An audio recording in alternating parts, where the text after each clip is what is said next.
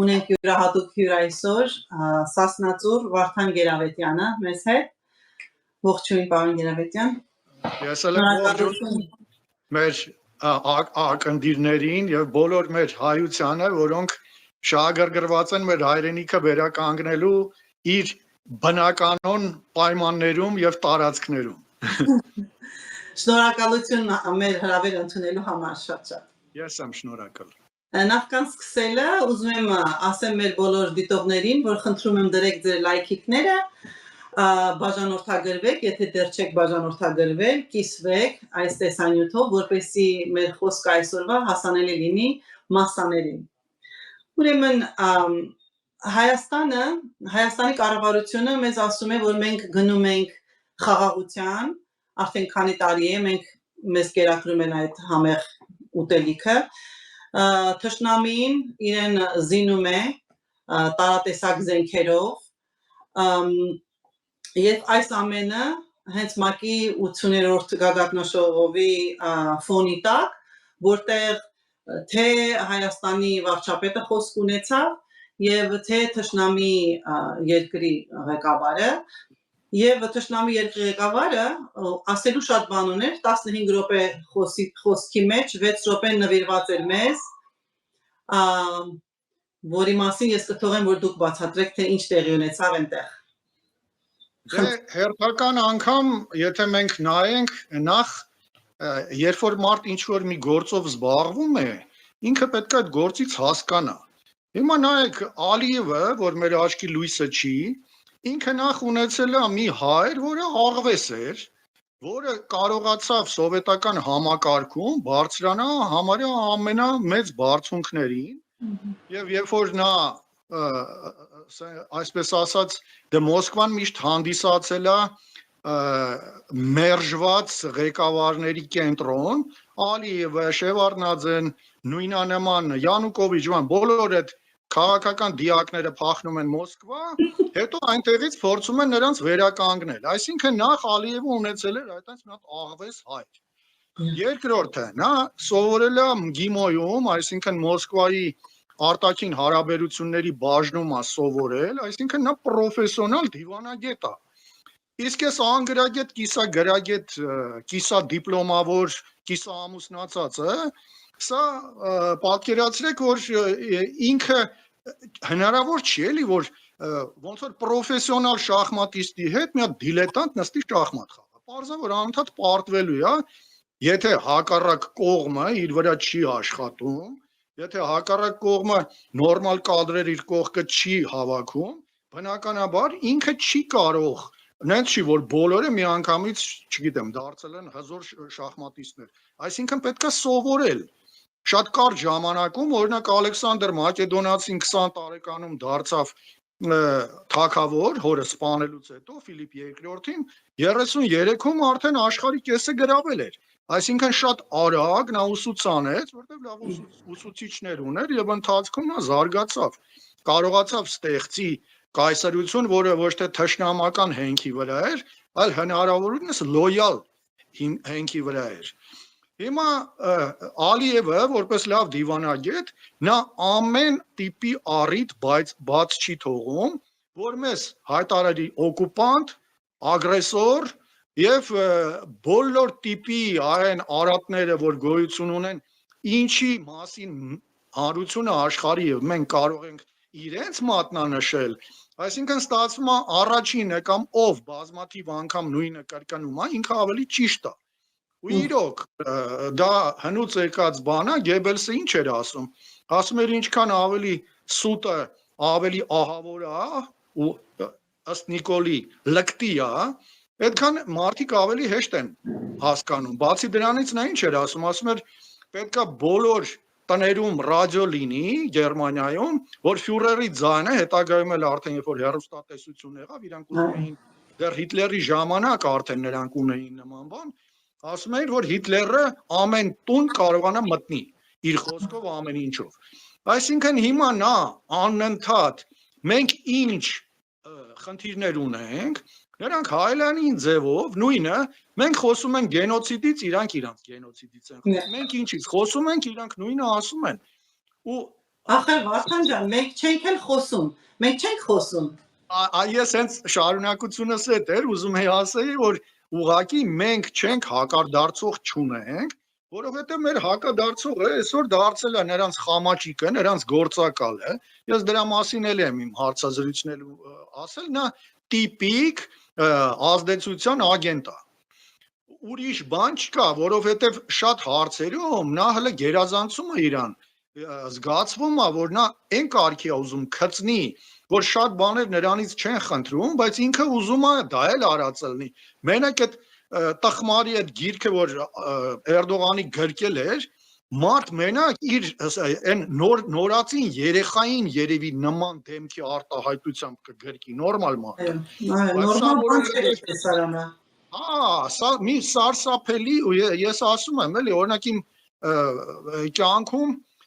ես առաջինը զզվել եմ Գորբաչովից, երկրորդը Լևոն Տեր-Պետրոսյանից, սրանից ահավոր ձևի եմ զզվում, որովհետև սա գերազանցեց բոլորին, որովհետև սա իր ոչնչությամբ, իր պահվածքով, նա ասում եմ, սա կմտնի մեր հայոց պատմության մեջ, որպես բարոյազրկության էտալոն, այսինքն ինչ-որ մի բանում ինքը էտալոն լինելու է մեր պատմության մեջ, բայց ոչ դրական բաներով, այլ ամենա բացասականներով։ Այսինքն այն ինչը որ Ալիևը ներկայացրեց միջազգային հանրությանը հերթական անգամ մնաց անպատասխան մեր կողմից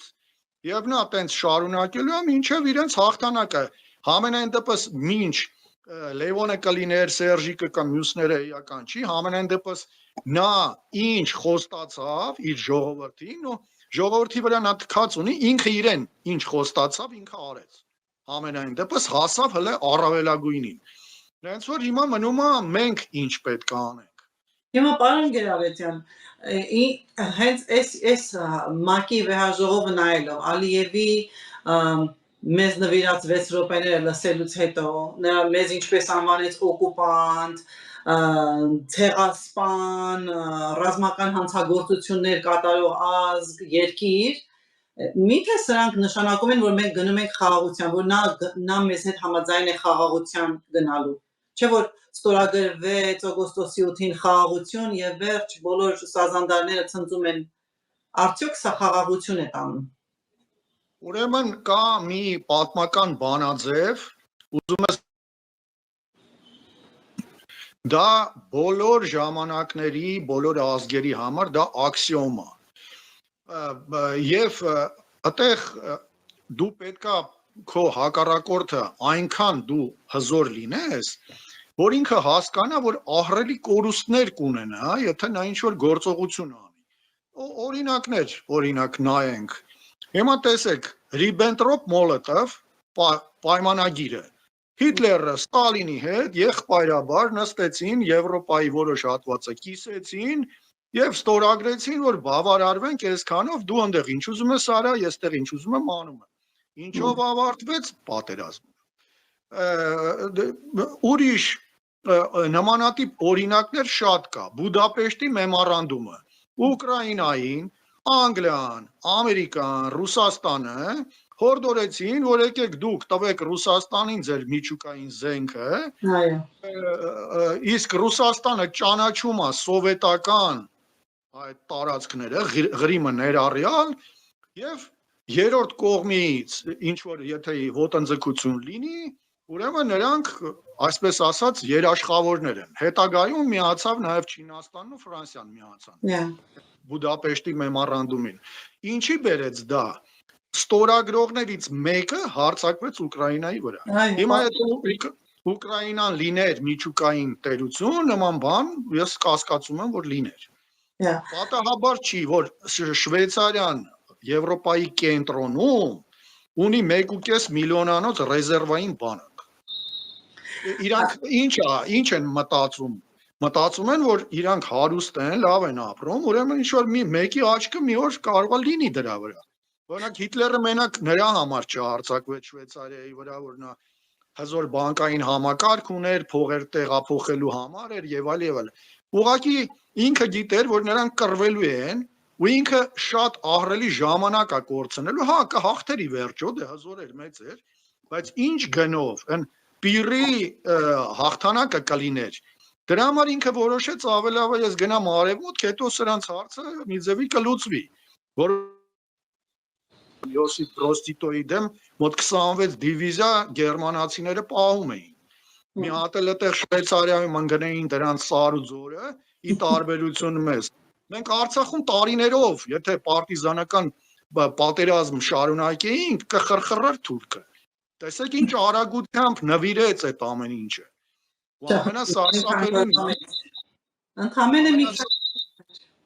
ամենասարսափելին նա է, որ նա իր ուսուցչի նման, Լևոնի նման սուտասանի մեկն էր, նա միացում վանկարկելով եկավ դարձավ երկրի նախագահ, նստեց գահին եւ սկսեց խոսել նրանից, որ պետք է մենք վերադարձնենք Ադրբեջան, ինչը վերադարձնենք։ Այսինքն կան պատմական մեր տարածքները, մենք դա շատ լավ հիանալի գիտենք։ Ու այդ ամեն ինչը ես դեռ 88 թվականի կարելի ասել առաջի օրվանից այդ ամեն ինչ շատ լավ դրանց համ ճանաչում եմ, համ էլ գիտեմ որը որից հետո ես այն ժամանակ էի ասում որ Նախիջևանի եւ Արցախի հարցը դա ընդհանուր հայկական հարցի մի մասն է, որովհետեւ այդ կոնտեքստի է այդ ամեն ինչը եւ նաեւ Ջավախքը չմոռանանք, բայց հիմա դրա մասին չենք խոսում, որովհետեւ նա էլ է այդ նույն խնդրի մեջ։ Եվ տեսեք Թուրքիան ինչի է տենց ինչու է նյարդայնանում ամեն տարի որ գենոցիդ բառը չասեն։ Թուրքերը հիմար չեն։ Նրանք շատ լավ հասկանում են, չէ՞ դրա տակ ինչ կա, որ Միացյալ Նահանգները ունեն մի խաղաթուղթ, այդ Վիլսոնի իրավարար վճիռը, իրանք շատ լավ գիտեն դրա մասին, թուրքերն էլ գիտեն։ Դրա համար հիմա եթե դու մտել ես մեկի տուն, ուրեմն ոչ թուրքը, ոչ ադրբեջանցին այս տարածաշրջանում իրանք ընդհանրապես հող չունեն։ Իրանք եկել են մտել են ուրիշի տան մեջ, ապրում են։ Ու դրանով հանդերձ նրանք հիմա կա օրինական սեփականատեր, որին դարերով տարբեր ազգեր, թե ռոմեացիները, պարթևները, Եգիպտոսը, հետագայում արդեն մյուս այն որ ասում է կադաստրի թուղթ չունենք, մենք բոլոր դարերում ունենք տարբեր ազգերի կողմից կազմված մեր տարածաշրջանի քարտեզներ, որտեղ գրած է Արմենիա։ Մենք անընդհատ ունեցել ենք այդ կադաստրի թուղթը։ Հիմա դրա համար որ իրանք կարողանան իրենց մարսեն, իրանք մինչև օրինական տիրոջը չոչնչացնեն, իրանք շատ լավ հասկանում են, որ մի օր այ ինչ որ մեկը ոնց որ ստեղ ասում են Սերժիկի ժամանակ քոչարը օրենք չկա, օրենք այդ հարվածներին հասնում են Եվրադատարան, բոլորը շահել են։ Այսինքն հիմա մտածում են, որ կգա մի այտենց պնդաճակատը, այդ բարաթը կհանի ու արդեն ինչ պետք է անեն, արդեն միջազգային հանրությունը խոսք պետք է ասի, Ամերիկային դա շատ ձեռնտու է, չէ՞։ Այսինքն մի հատ հզոր լծակ է, եթե սեփականատերը պահանջի, այն կողքից եկած լավ տղա կլինի, չգիտեմ ով կլինի, հզոր երկիր կլինի, նա օրինական իրավունք է ձեռք բերում խառնվի այդ գործերին, եթե դիմում ես, բայց եթե դու չես դիմում, այդ մարդիկ ինչ անեն։ Անընդհատ ասենք, բայց չարեցին, են չարեցին, դու դիմել ես, գոնե մի անգամ մենք պետական մակարդակով դիմել ենք։ Մենք ոչ մի անգամ չենք դիմում։ Ինչ եք խոսում, այդ Մակի ամբիոնը, որ ամենաճիշտ տեղն էր, իհարկե շատ են եղել ճիշտ տեղեր, բայց այսօրվա դրությունում ամենաճիշտ տեղը, որ կարող էր ինքը շատ բաներ ասել եւ հակազդել եւ պահանջներ ներկայացնել, ինքը ուղղակի ոչինչ չասեց եւ ավելին մարդ չէր մնացել դահլիճում նստած, բոլորը ուղղակի արհամարել էին ու գնացել էին։ Դե որովհետեւ ինձ թվում է նորմալ առողջ գրագետ գիտակից մարդը նման կերպարից պետք է զզվի։ Ես օրինակ Քոչարյանին ու Սերժիկին միշտ արհամարել եմ, բայց նրանցից չեմ զզվել, բայց սրանից զզվում եմ, որովհետև սա յուրահատուկ երևույթ է, էլի։ Բացի դրանից ինքը գիտեք ինչ խնդիր կա, ես օրինակ որ ասում են տենց Սերժիկը գծել էր, նկարել էր, որ պետք է Նիկոլը այս ամեն ինչը լինի, ես դրա համամիտ չեմ, բայց որ այս ամեն ինչի մեջ հիմա կոնկրետ հենց հիմա Նիկոլը այդ հների հետ արդեն համագործակցում է։ Նրանք շուտվանից ոնց որ ասած բան են, սերտաճել են եւ այն թալանած ահռելի գումարները միլիարդավոր, որ այսքան տարի արդեն 5 թիվն է, հա էլի 7 տարի դուք պատկերացրեք այդ միլիարդավոր գումարները թալանչիների պատտվում է ու եկամուտ է բերում։ Հիմա որ մեկն է բանտում նստած, որ մեկը այդ ամեն ինչի մեջ այն ոնց որ ասած տարի ու կես ինքը բանտում նստեց, ինքը Քոչարյանից մուրը անեց, տարի ու կես էլ նրան նստացրեց եւ դրանով բան եղավ, բայց այս ոչնչության այս պատուհասի պատճառով ամբողջ հայ ժողովուրդը ներքաշվեց մի խայտարակ ուրեմն գործողության մեջ եւ մի խայտարակ հետևանքներ, հա, որ են ասում են մի ապուշ կարեկցումը 10 խելոք չեն կարողանում հանել, հիմա սրա արածն է։ Ամեն օր անում է ճանապարհով, ամեն օր ավելի։ Ինքը շատ ինտենսիվ, լավ խորհրդատուներ ունի, լավ հոգեբաններ, բնականաբար այդ թրքատեսակներից է գալիս, նրանք շատ լավ մշակում են այդ ամեն ինչը, ինքն է լավ մանիպուլատոր է, իմիջիալոց ասեմ ես իմ մանկությունս, երիտասարդությունս միշտ անցել է սպորտսմենների, ինձ լավ ուժեղ տղաների մեջ եմ ես մեծացել, ոչ մի անգամ ոչ մեկի առաջ չեմ խեղճացել, դրա համար ես օրինակ սուտ ասել չեմ սիրում, որովհետև ցանկացածի դեմքին ինչ պետք է ասել եմ։ Սրա նման ողորմելիները, այն փոքրուց երևում է, էլի, որ ինքը հարմարվել է անընդհատ, որովհետև ինքը ոչ մեկ է եղել, դրա համար ինքը այդ ժողովրդի լեզվով ասած կռուտիտի, ասենց ասած մասնագետ։ Ողորմարտը։ Ճիշտ է, պակասը չէր Սերժիկը, այն խաղամոլն էլ պակասը չէր, բայց սա բոլորին գերազանցեց, որովհետև նրանք մի քիչ ավելի կշռադատված էին, որտեղ դպրոց էին անցել, KGB-ի, տարբեր սովետական, ասենց ասած, այդ աստիճաններով անցել էին, ինչ որ բան ունեին։ Իրանք մի քիչ էլ հետ էին նայում, որ սա անեն, բա հետո իրանք չէին ուզում, որ այդ հողատու եւ այլն իրանց կպնի։ Դրա համար մեկը մյուսի վրա էր գցում։ Սա չէ։ Սա որովհետեւ համ լկտի է, համ բարոյազուրկ է ու սարսափելի վախեցած է։ Ամենագլխավոր սրա էս ինչ որ անում է, սա անում է վախից, որովհետև ինչքան էլ մենք ասենք, որ ինքը գլխանց, տենց թուրքամետր եւ այլն, ամենայն դեպս ինքը երբ որ եկավ իշխանության, ինքը խոսում էր նույն խոսույթով, ինչ որ մինչև իշխանության գալը եւ ինչ խոսույթով խոսում է մեր նորմալ ժողովուրդը։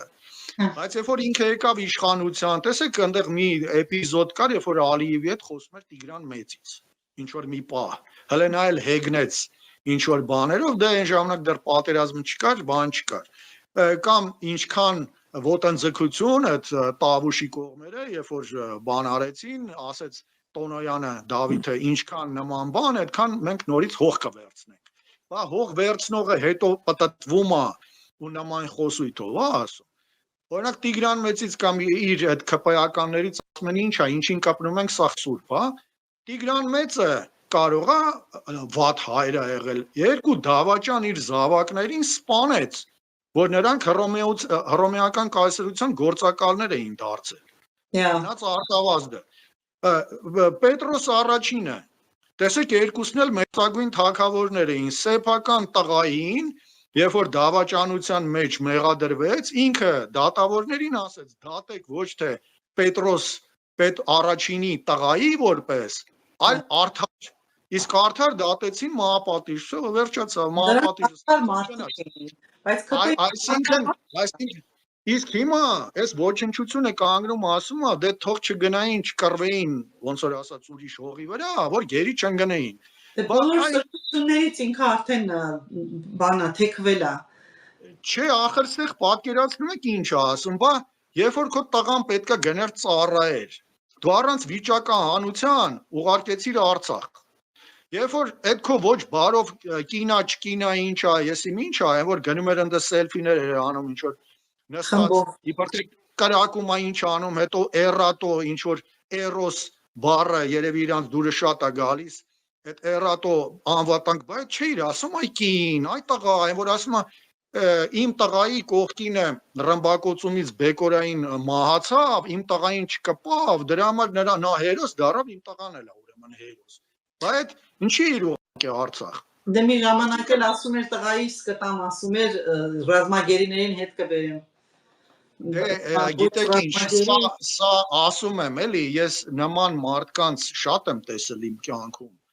Այն սկսած բակային այդ հարաբերություններից, այդ լակոտներին շատ եմ տեսել, եւ ինչ որ մի շրջապատ են ընկնում, այնտեղ իրանց չեն ճանաչում, սկսում են մեծ փրթելը, շատ կներեք մի քիչ ժողովրդի լեզվով եմ ուզում ասեմ, որ մի հատ չափալախ են տալիս, այն մարդու վրա, որ մի քիչ առաջ ինչ որ քշում էր ինքը, կոնֆլիկտեր բանանում ուզում էր վախացնել, գրկում են այդ մարդու ոտերը, որ իրանց չծեծի։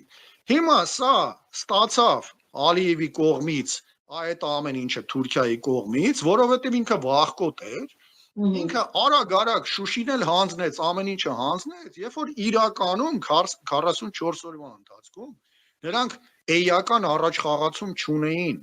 Իսկ այդ ջրականի Ջաբրայիլի սենց ասած այդ հատվածում, որտեղ սենց ասած հարթավայր է, դա շատ վտանգավոր աղիք է, ինքը կույր աղիքի պես է, ես այն ժամանակ շատ հետազոտում էի ու մտածում էի, որ մերոնք մտածվածը դրանց թողել են, որտեվ հետո վերևից բարձունքներից մի քանի հարվածով դրանց կարելի էր ճեղքել եւ ոչնչացնել։ Բայց իրականում պարզվեց այն, որ ասում էր այն արծրուն, ես իմ ինչ աներ, մոռացա, մի սուտասան էլ որ այնտեղ կար, այդ որ ասում էր, ինչ էր ասում, ինչ որ թուրքական մի հատ բառ էր, օպերացիա են, որ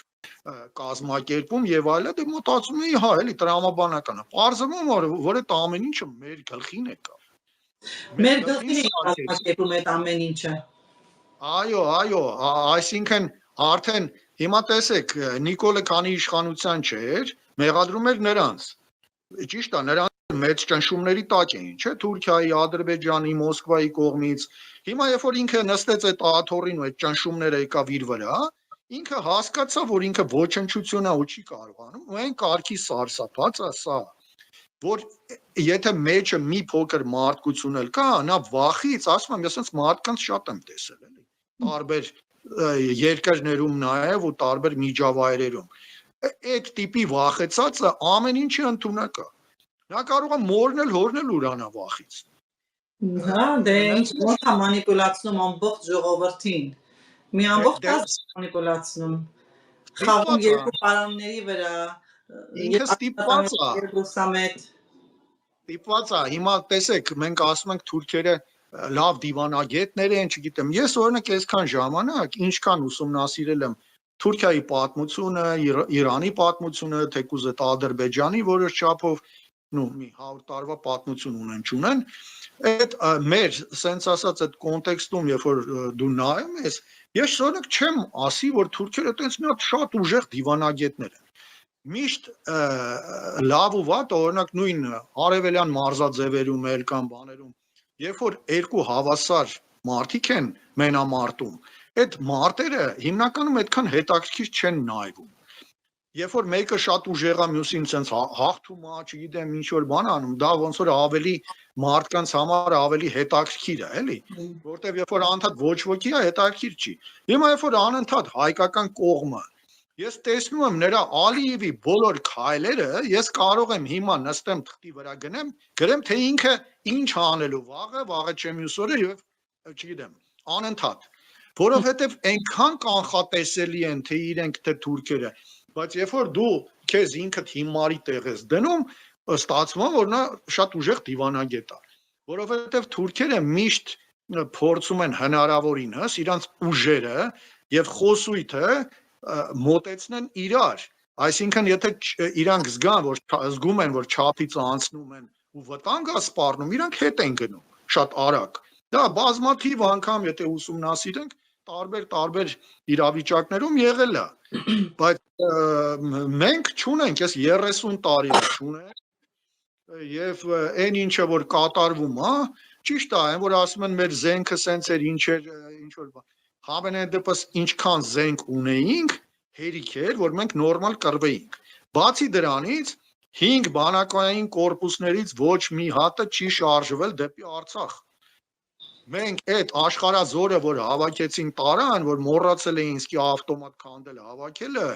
ել չեմ ասում, որ ինստրուկտաժ չէին անցել, չէին հասկանում բջջային հեռախոսով խոսելու վտանգը, չէին հասկանում, որ չի կարելի մեծ խմբերով տեղափոխել, չէին հասկանում, որ անպայման սաղավարտ հագնել է պետք,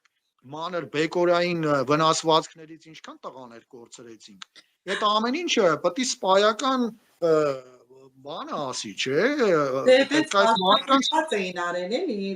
կազմակերպված բանդի էին տարել ժողովրդին։ Այո, իհարկե, օրինակ տրամաբանությունը ինչ է ասում, ասում է, երբ որ դու տանում ես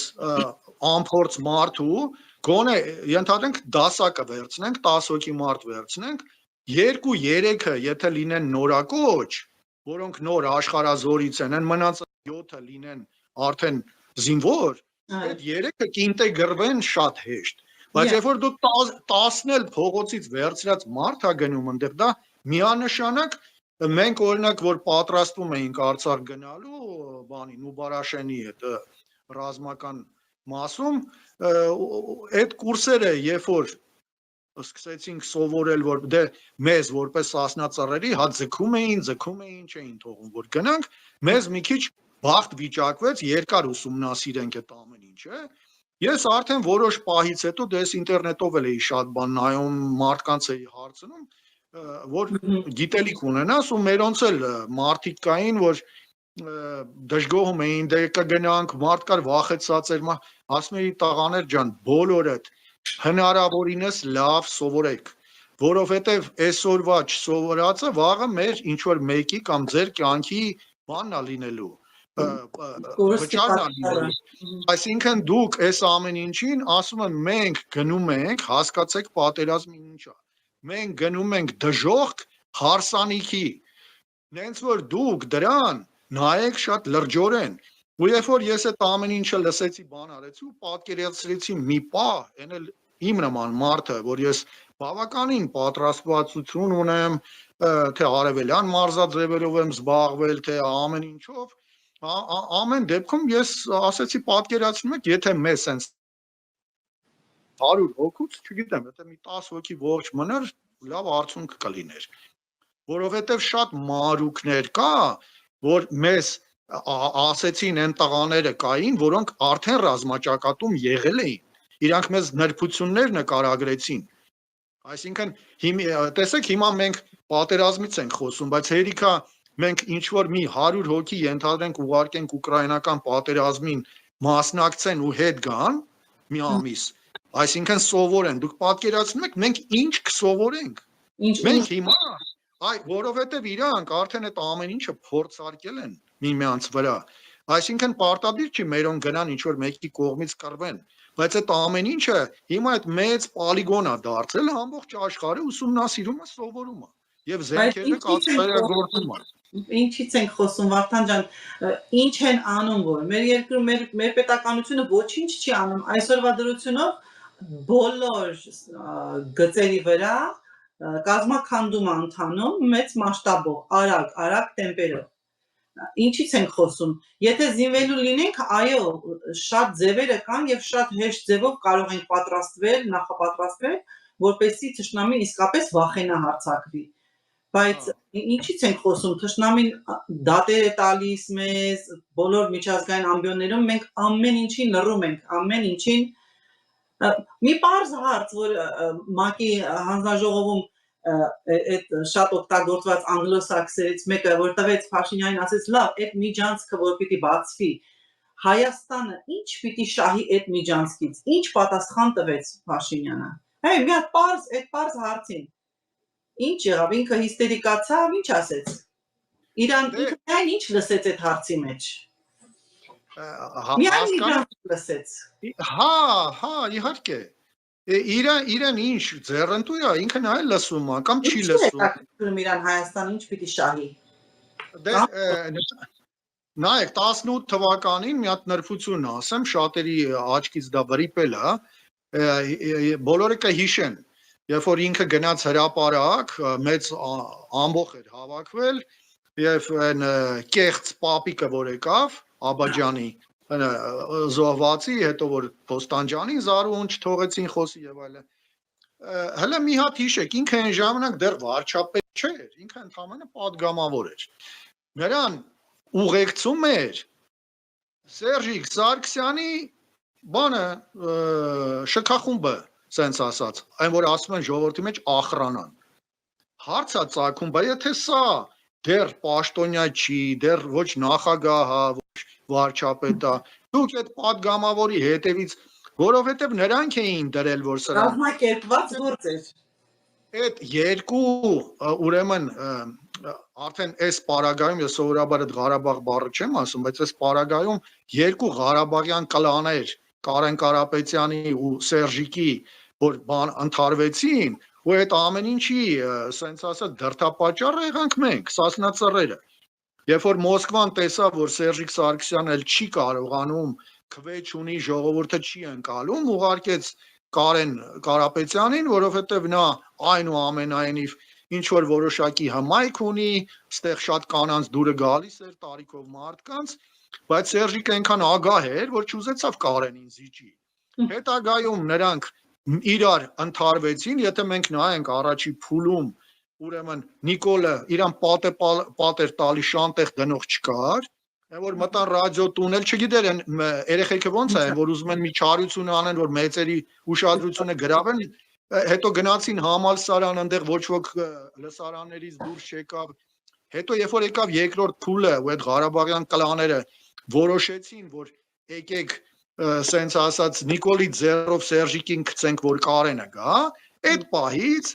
որ Ծառուկյանը ասում է ջուրեն բերե չի, շատ բան չի ասում, այն որ Սասի Արտակը ասել է գնացեք մասնակցեք, այն որ ուժայինները գնացեք մասնակցեք, երկրորդ փուլում միանգամից սրանք էլ ի տարբերություն Սասնա-ծռերի ժամանակվա ոչ թե ժողովրդին ջարդեցին, այլ խրախուսեցին եւ միանգամից բազմությունը շատացավ։ Եվ դրանից հետո սա քցեց նրանց, որտեղ որոշել էին Սերժիկը հենց այնց չէր գա ասեր Նիկոլը ճիշտ էր, ես սխալ եմ։ Ինքը գնաց դա ասեց նրա համար, որ դուք ինձ եք մերժում, ես գնում եմ, ըստ սահմանադրության ով է մնում, Կարենը։ Այսինքն սա էր ամբողջ սրանց ուզածը։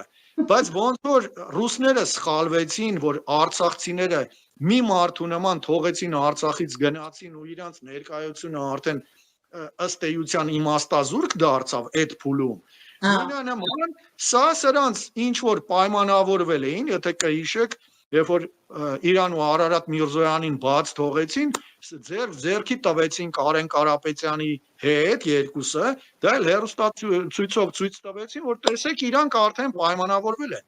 Բայց սա սրանց գցեց, ժողովուրդն էլ այդ թեզը որ տարավ Նիկոլ վարչապետ, ստեղից սկսվեց սրա այդ աստեղային հիվանդությունը եւ ասում եմ ժողովրդի մեջ իրենք գցեցին այդ Նիկոլ վարչապետ թեզը դե հա պարզա բայց գիտեք ինչ հարցը նրանում է որ հողը պարարտ էր արդեն օրինակ 16 թվականին մեր երկիրը շատ կտրուկ բևեռացված էր կային սենց ասած մի խմբակ այդ հանրապետականների շուրջը համախմբված եւ ժողովուրդը Բայց այս ծպտյալ, այս տականքները, այս գործակալները այդ ժամանակ բան էին խաղում, հայրենասեր էին խաղում։ Ես մենակ մի բանում եմ մեծագույն շնորհակալություն հայտնում, ես իմիջիալով Սերժիկին էլ եմ շնորհակալություն հայտնում, հիմա կասեմ ինչու եմ շնորհակալություն հայտնում, որ ինքը ամբողջ գործակալական ցանցը այն խորքային բոլորին բացա։ Կգա երբ որ մենք արդեն կգնանք դեպի ինքնամաքրման Էլ մենք պրոբլեմ չունենք եւ այն որ ասում եմ մեռնեմ գիտությանը, այս համացանցում ամբողջ մեղադրականը բոլորի դրածա։ Էլ դատախազներին, քննիչներին այնքան գործ լինելու։ Հա, իրանց մնում է ընդամենը այդ քաղվածքները անեն, բան անեն, զտեն, բերեն, դնեն ու վերջացավ։ Նենց որ ինչ որ մի բանում կարելի է շնորհակալություն հայտնել։ Իսկ Սերժիկին ես այն ժամանակ շնորհակալություն եի ասում, որովհետև շատ տարբեր տենց էլի բաների մասնակցում էի, մենք մեր քաղաքը նաև նախաձեռնություն ունենք, իմիջիալից ես ու Գևորգ Սաֆարյանը այդ ամեն ինչի մեջ ենք ծանոթացել, Պետք է մի երևի 15 տարի առաջ էր ինչ էր, արդեն չեմ հիշում այնքան շատ ժամանակ անց։ Համենայն դեպս թե լավեր է իրար գտան, թե այդ ոչնչությունները, տարբեր ծառայող գործակալները, չգիտեմ, դրանց ում են ծառայել, ինչ են արել, բայց այդ տարբեր այդ ֆոնդերը, որ կային, որ շատ ակտիվ էին, նրանք այսօր իրանց իրական դեմքը բացահայտեցին։ Հենց որ դա շատ լավ է, իսկ Սերժիկի պատճառով ես ասում եմ, ես դարձա լրագրող մասամբ, դաժե կինոֆիլմ եմ հանել, մենք վավերագրական ֆիլմ հանեցինք, այս գերակաշահի պահով, եւ տարբեր հրապարակախոս, ինքը իմ բոլոր ջղերը, որ ես դեռ սովետական միության ժամանակ կային, ինքը ստիպվեց, որ ես ավելի կատարելագործվեմ, ավելի զարգանամ, ինչի համար ես իրան շնորհակալություն հայտնել եմ։ Լավ է, դե ինչ ասեմ, դուք Սասնածռերդ մեր ազգի հպարտությունն եք, մեր իսկապես կարող է այն օրերին բոլորն էին ասում, հիմա մի քիչ լռել են մարդիկ, կարծում եմ մտքների մեջ նորից գիտեն, բայց չգիտես ինչի չեն արտաբերում, մի քիչ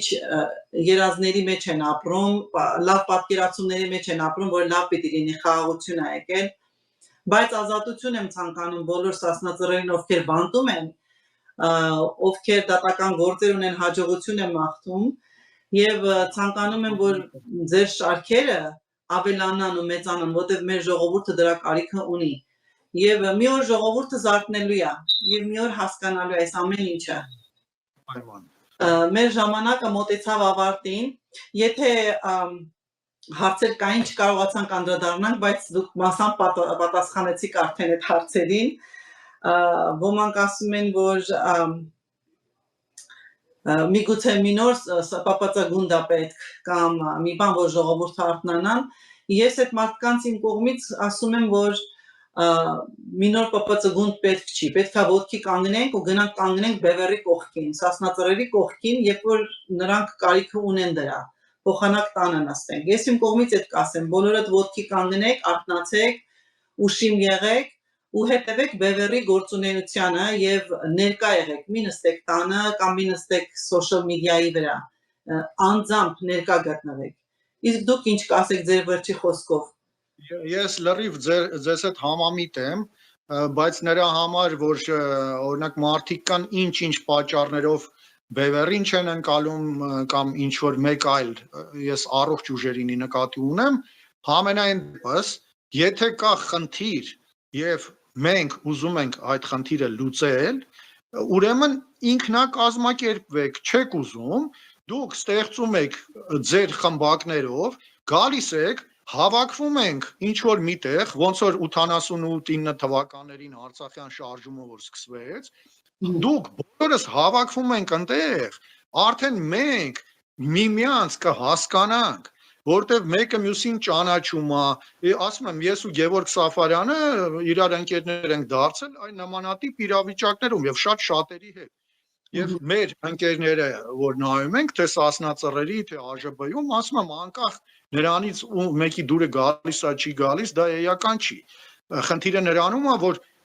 դու գալիս ես ու ասում ես, ես պատրաստ եմ։ Չես ուզում եղբայր ԱԺԲ-ն լինի։ Դուք եկեք, դնենք, քննարկենք եւ կգտնենք։ Խնդրի լուծում կլինի, բայց երբ որ դու տանը նստած ես ու քեզ նվաստացնում են, ու դու հերթական անգամ ուզում ես, որ ինչ որ մի խումբ եւս մի 30 մարդ դուրս գա, հա, խնդիր չկա։ Պետք լինի մենք միշտ էլ մեր կյանքը պատրաստ ենք զոհաբերել մեր երկրի համար, մեր Արարատ լեռի համար։ Բայց խնդիրը նրա մեջ է, որ մարդիկ պետքա մի բան հասկանան, ոնց որ Արցախը ես երբ որ հակաօդային պաշտպանության մեջ էր Հայաստան ուզում մտներ, ես 2 օր առաջ իմ ընկերներով անձամբ գնացել եմ ու հորդորել եմ, այդ վիդեոն էլ կա համացանցում, որ առանց Արցախի մի մտեք, Արցախի օդը բաց է մնում ու բառացի ասում եմ, Արցախը ռուսները ադրբեջանական ինքնաթիռներին չեն խփելու, Արցախը գրավելուց հետո կանգնելու է Մեղրի ու Զանգեզուրի հարցը։ Այդ այդ բանը իմ ռուպերով էլ հենց խորհրդարանի դիմացը խոսում եմ ու ինչքան падգամավոր բռնել են, բոլորին համոզել ենք, իրանք սենց ասած մեզ ցրել են, գնացել են։ Դե իրանք իրանց աջենդան են ունեցել, իրանք գիտեն ինչ։ Վերջում դե վերջում տեսանք ինչ եղավ։ Նույնանման բանին էլ որ ասեցի, այն մեր նահատակված падգամավորը Սև Հովազը տղայի հետ որ նահատակվեցին։ Երբ որ ես խնդրեցի որ մի րոպե ուզում ենք ձեր հետ զրուցենք, ձեռը թափ տվեց ու գնաց։ Բայց եկեք ու տեսեք որ հենց օթից այդ բանը եկավ իր վրա, որ գոնե արժանի մարդիկ էին, այդքան լումա ունեին Արցախում դրած։ Բայց դաս չէ։ Հա, դե հենց այդ է, այսինքն եթե դու չես բանանում, լավ, մի խոսքով չերկարացնելու համար, ես մի բան եմ ուզում մեր ժողովրդին ասեմ։ Դուք մի բան իմացեք, որ դուք աշխարհի ամենալավ ժողովուրդներից մեկն եք։ 20 թվականին 2 պարով էիք գնում պատերազմ։ Ամբողջ աշխարհի հայությունը Ավստրալիայով, նահանգներով, եթե Անտարկտիդայում էլ հայեր լինեին, նրանք էլ ճանապարհ էին փակում։ 170 միլիոն դոլար փող հավաքեցին կարճ ժամանակում։ Ինչ որ պիտույքներ գնեցին պատերազմի համար, այդ ամեն ինչը ստեղ մաքսատաներում թթու դրեցին, տեղ չհասավ, հետո վաճառում էին։ Այսինքն սրանք սարսափեցին, որ հայ ժողովուրդը վերջապես մոռացավ կուսակցական պատկանելիությունը եւ մի մարդու նման մի բռունցք դարձավ։ Դրա համար էլ սրանք սենց արեցին մեր գլխին, բայց դուք իմացեք, որ դուք ընդունակ եք, դուք տեսել եք այդ ամեն ինչը։ Ու տեսնում եք հիմա վատագույնը, դուք ձեր մեջ տեսել եք համ ամենաբարձրը, համ ամենանվաստը, բայց եթե դուք նվաստ եք, դուք բարձր չէիք կարա բարձրանալիք, ուրեմն դուք բարձր եք, բարձրը կարա իջնի ներքև, իսկ այն նվաստը հնարավոր չի, եթե դու ի սկզբանե տենց ես։ Նենց որ մեր ժողովրդին ես ցանկանում եմ հաղթանակ, այս սրա նման տականք աղբ եկել է ու կլինի ու կգնան, բայց մենք այսքան 1000 տարի սկսած հայկից, որ մեր ինքնությունը ընդունել ենք ու գոյություն ունենք ու ունենք պետականություն, նշանակում է, որ մեր մեջ ինչ-որ մի բան կա։ Նենց որ մեր Արարատ լեռան գլխավորությամբ Կեցե, ավելի լավ ես չի կարող ասել, կեցե Հայաստանը, կեցե Արարատ լեռը և կեցե հայ մարդը։ Եվ ավարտեմ քարյակովս, ահռելի ես ու աննման, դու գաղտնիք ես ու հանգրվան, դու ոգի ես ազգիս համար, ալեհեր հսկա, հայ մասիս սար։ Ես այն 92 թվականին եմ գրել, բայց ակտուալ է։ Էդ էլ Նիկոլի Թողուտի։ Ինչքան լավ է, շատ շնորհակալություն այս լավ հաղորդման։ Շատ շնորհակալ։ Եվ այսպիսով բարի գիշեր հարգելի հայրենակիցներ, կհանդիպենք մյուս շաբաթ։ Բարի գիշեր, բարի առավոտ։ Բարի առավոտ։